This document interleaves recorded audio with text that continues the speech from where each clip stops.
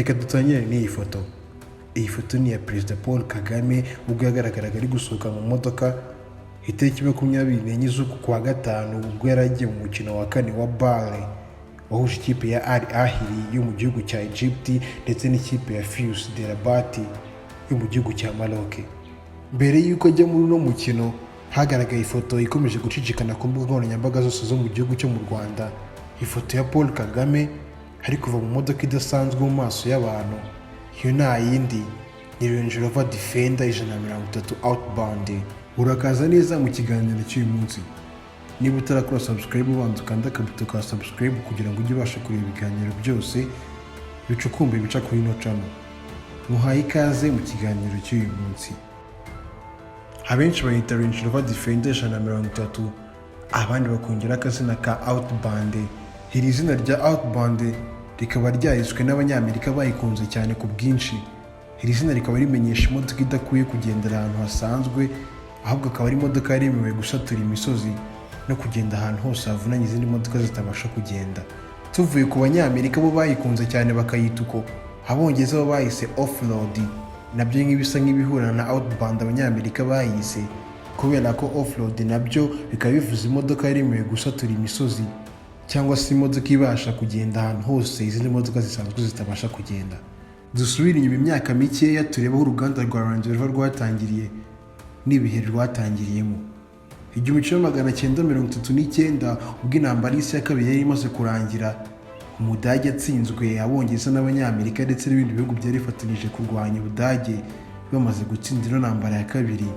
Gusa nubwo bari bamaze kuyitsinda, Umudage yari yarashegeshe ibihugu byabo byose, yaba ari Ubwongereza ndetse n'ibindi bihugu byose byo muri Europe byari bifatanyije n'Ubwongereza ndetse na Amerika mu kurwanya Umudage. Gusa ubwami bw'Abongereza bwari bwarashegeshwe n'ino ntambara bikabije cyane. Amazu y'imiturirwa yaraguye, ibikorwa remezo byose byarisanze hasi.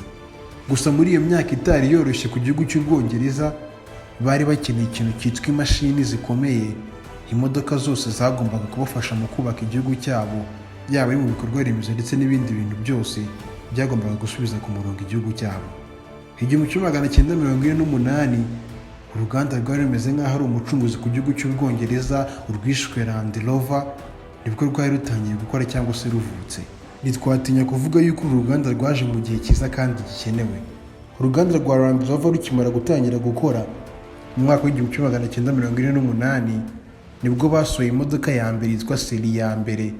Uyu nguyu twavuga ko ari nk'umwana wa mbere wabyawe n'uruganda rwa Land Rover. Iyi modoka ya mbere yakozwe n'uruganda rwa Land Rover yari ibaye igisubizo cyiza cyane kuri leta y'Ubwongereza, kubera ko leta y'Ubwongereza yikoresheje mu gusana ibikorwa byabo byose, yaba ari ukwikorera ibikoresho bakoreshaga basana amazu yabo cyangwa se bubaka. Mu mwaka w'1947 Morris Weeks ubwo yari afite imodoka y'Jeep yakorerwaga mu gihugu cyo muri Amerika. Gusa ubwoko bw'amajipe yakorerwaga muri Amerika yari afite ibikoresho bihenze cyane kandi yapfaga vuba. Mu kugira igitekerezo cyo gutangiza uruganda rukora imodoka niho havuye uruganda rwa Land Rover. Morris Weeks akaba ari wa mbere watangije uruganda rwa Land Rover mu gihugu cyo mu Bwongereza. Mu gutangiza uruganda, imodoka ya mbere basohoye yitwaga Seri 1. Iyi Seri 1 yaje ari igisubizo ku bwami bw'Ubwongereza kubera ko bayikoreshaga mu bikorwa byabo bya buri munsi, yaba ari ubwubatsi ndetse no gusana igihugu cyabo cyari cyarashegeshwe n'intambara yari yaratewe n'Abadage, intambara y'isi ya kabiri. Gusa iyi modoka ya mbere ya Seri 1 ibikoresho byayo bikeya harimo nka moteri ndetse n'ibyuma by'inyuma byayo byose bari babikuye kuri ya modoka yo mu bwoko bw'ijipe yakorwaga n'Abanyamerika. Mu mwaka w'1951 nibwo bwa nyuma bari barekeye gusohora ubu bwoko bw'imodoka za Seri 1, ahubwo banza ariko bagiye gusohora ubwoko bwa Seri 2 bwa Range Rover. Seri 2 yasohoye mu mwaka w'1958 kugeza mu mwaka w'1974. Iyi ngiyi yaje ifite ubushobozi bwo kunywera kuri litiro 2 za esanse, ndetse iyi modoka yavuye kuba barikoreshaga mu bintu byo kubaka gusa no gusana igihugu cyabo, ahubwo abayobozi bose b'ubwami bw'Ubwongereza batangira kugaragara bari kugenda muri zino modoka mu ngendo zose bakoraga mu bindi bihugu. Bagendaga muri zino modoka za Seri 2 zari zarakozwe n'uruganda rwa Land Rover. Ubwo aho ngaho twavugamo nk'umwamikazi Elizabeth wa II w'Ubwongereza.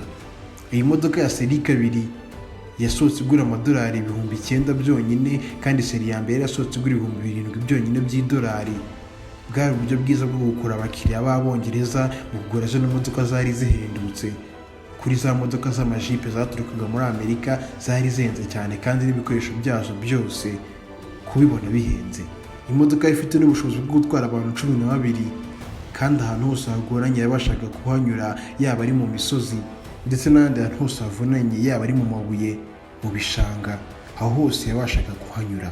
Urangiza gusohora imodoka za seri 2 z'ubwoko bwa Range Rover, bahise basohora ubundi bwoko bwitwa seri 3 mwaka w'1971 kugeza mu mwaka w'1990, nibwo bari batangiye gusohora ubwoko bwa 3, cyangwa se umwe twakwita umwana wa 3 wa Range Rover.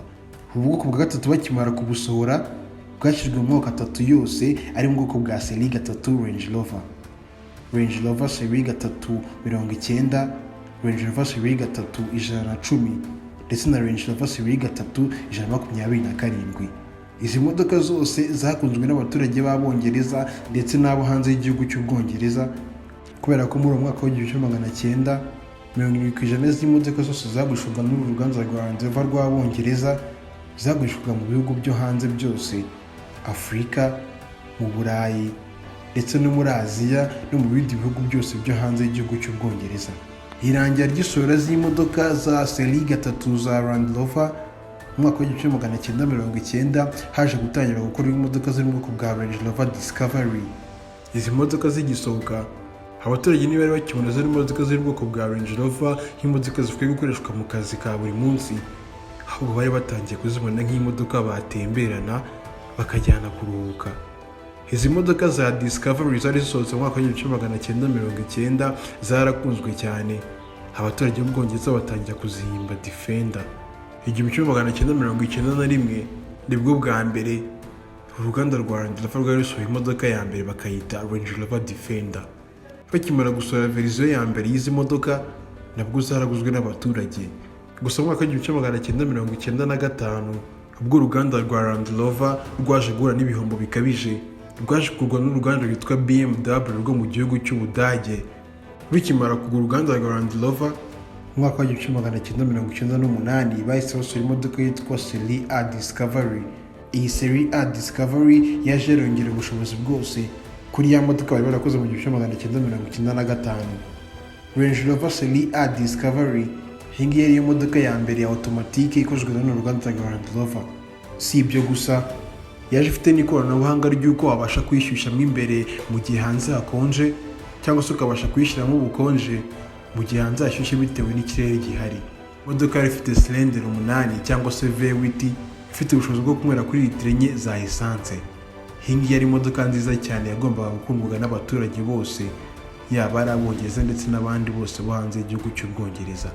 Gusa nubwo byari igihe cyiza cyo kuri Range Rover kugira ngo igurishe imodoka nyinshi mu baturage, cyari igihe cy'indoto mbi ku ruganda rwari rwaraguze Range Rover ariyo BMW y'Abadage.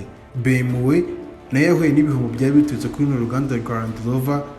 Amahirwe yari asigaye nta yandi, kwari ugufata runo ruganda rwa Range Rover mu mwaka w'2000 bakarugurisha n'uruganda rw'Abanyamerika rwitwa Ford narwo rwakoraga imodoka. Ford ikimara kugura Range Rover yakomeje kugurisha imodoka zari zikozwe n'uruganda rwa Range Rover nta kibazo.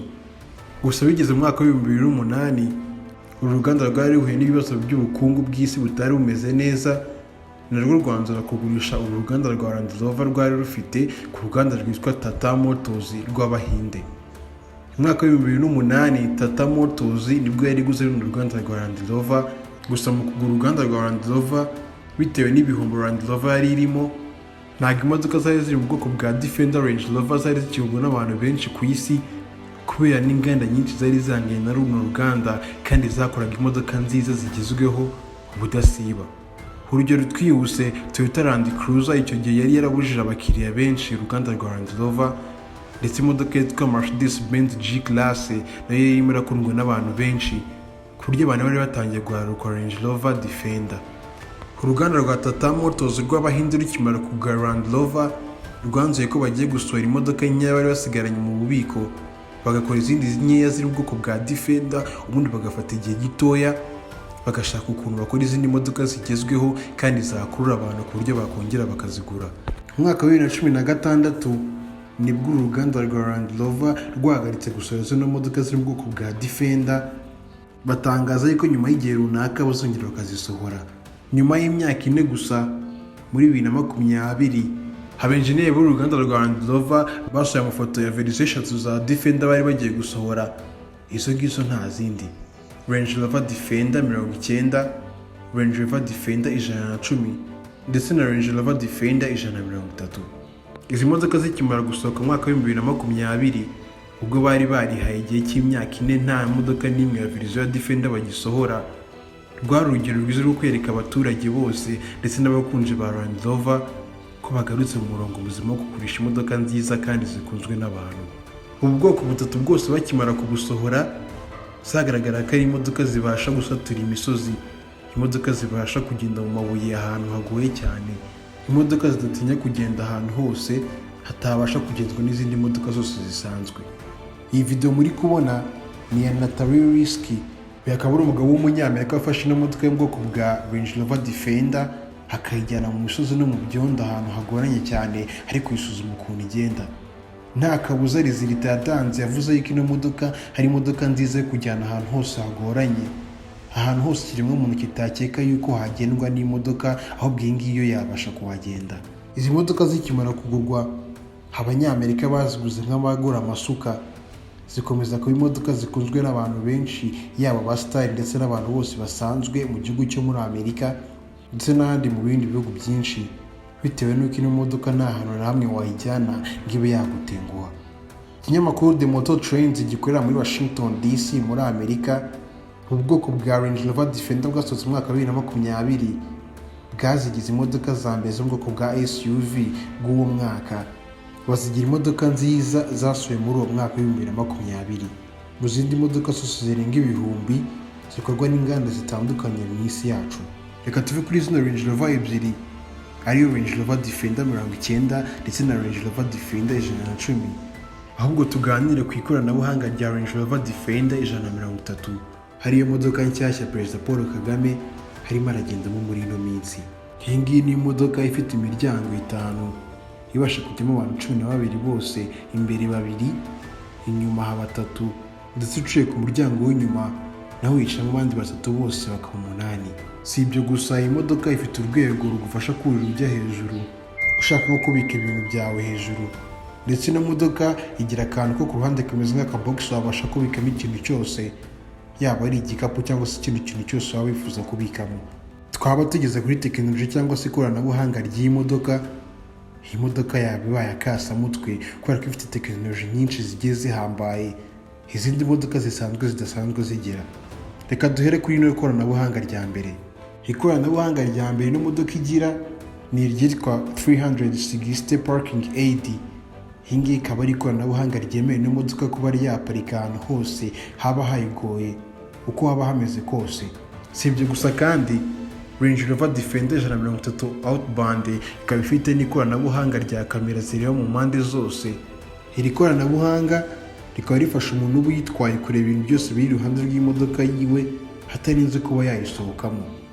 Ikoranabuhanga rindi ino modoka ifite icyitwa Adaptive Cruise Control. Iyi ni tekinoloji cyangwa se ikoranabuhanga rifasha ino modoka kuba nta kintu na kimwe mu muhanda yabasha kugonga, yaba ari umuntu uri mu muhanda, inyamaswa cyangwa se indi modoka yose. Iyi modoka iyo igiye kugonga ikintu ibasha kubyumva mbere, ntiyakwemera kuba yakigonga ihita yihagarika. Si ibyo gusa kandi, ifite irindi koranabuhanga ryitwa Side Curtain and Forex Airbags. Iri ni ikoranabuhanga ry'uko iyi modoka igeze nk'ibyago ikagwa, ibasha guhita izana airbag ahantu hose, yaba ari ku ntebe, imbere, ku buryo niyo yaba ino modoka yikubise hasi, wowe muntu urimo imbere ufite umutekano wizewe nta kintu waba. Si ibyo gusa kandi, igira indi tekinoloji yitwa White Sensing. Iri ni ikoranabuhanga rituma ino modoka Range Rover Defender 130 Outbound yabasha kuba yanyura mu mazi, ndetse ukabireberamo imbere ukareba ahantu amazi ageze, ndetse ku buryo ino modoka yabasha kukwereka ahantu amazi yaba yigeze ku buryo itapfa kurohama byoroshye. Iri koranabuhanga rya White Sensing rifasha ino modoka kuba ugeze nko mu misozi cyangwa se ahantu hari amazi cyangwa se igishanga, ku ku buryo ino modoka itahagarara ahubwo ayo mazi igomba kuyambuka, ndetse ku buryo ikwereka ahantu amazi ayigeze kandi ku buryo itapfa kurohama byoroshye. Iyi modoka kandi si ibyo gusa byonyine ifite, kubera ko intebe zayo zibasha kwishyushya cyangwa se zikikonjesha bitewe n'ikirere kiri hanze. Gusa izi modoka ziri mu bwoko bwa Defender Range Rover 130 Outbound nazo ziri mu bwoko bubiri tugendeye ku mbaraga za moteri zazo. Range Rover Defender 130 Outbound ya mbere, iyi ngiyi ikaba ifite moteri ya P500, ifite silinderi 8 cyangwa se V8, ikaba ifite ubushobozi bwo kunywera kuri litiro 5 za esanse, ndetse ikaba ifite ubushobozi bwa moteri bwa horsepower 500. Range Rover Defender 130 Outbound ya kabiri, iyo yitwa P400, ikaba ifite silinderi 6 cyangwa se V6, ikaba ifite ubushobozi bwo kunywera kuri litiro 3 ndetse na horsepower 397, hakaba aribwo bushobozi bwa moteri yayo. Si ibyo gusa kandi, izi modoka ziri bwoko bwa Defender 130 Range Rover zikaba zifite umurambaro wa metero 5 na santimetero 377, zikaba zifite ubugari bwa metero 2 na santimetero 105, hiyongereyeho uburebure bwa metero 1 na santimetero 97. Si ibyo gusa kandi, izi modoka za Defender 130 zikaba zifite uburemere bwa toni 2 n'ibiro 700. Ibi ngibi akaba aribyo bifasha zino modoka kugira ngo zigende zifashe hasi, ku buryo niyo zaba ziri kwirukanka bingana gute ntabwo imodoka yabasha kwibirandura ngo yikubite hasi. Izi modoka kandi zikaba zidakorerwa mu ruganda rumwe n'izindi Range Rover zose zisanzwe, kubera ko izi modoka za Defender ndetse n'izitwa Discovery zikorerwa mu gihugu cya Slovakia, naho ubundi izindi zose zikaba zikorerwa mu gihugu cyo muri Amerika ndetse no mu Bwongereza. Range Rover Defender 130 Outbound verisiyo ya 2024 kuri ubu ngubu ihagaze mu $97,000 by'amadolari y'Amerika, hiyo yavunjije mu Manyarwanda ahita ahinduka $126,000 z'Amanyarwanda. Icyo gihe wayiguze ku ruganda byonyine, hishizeho imisoro ndetse na transport kugira ngo igeze mu Rwanda byagusaba andi mafaranga akaba ayo ngayo ho gatoya. Mbasha kubashimira mwese mwakurikiranye ikiganiro cy'uyu munsi. Niba ushaka gutanga igitekerezo cyangwa se inyunganizi, wajya muri comment ubundi ukagitanga. Mbaye mbashimiye. Ibiganiro byacu nakagaruka.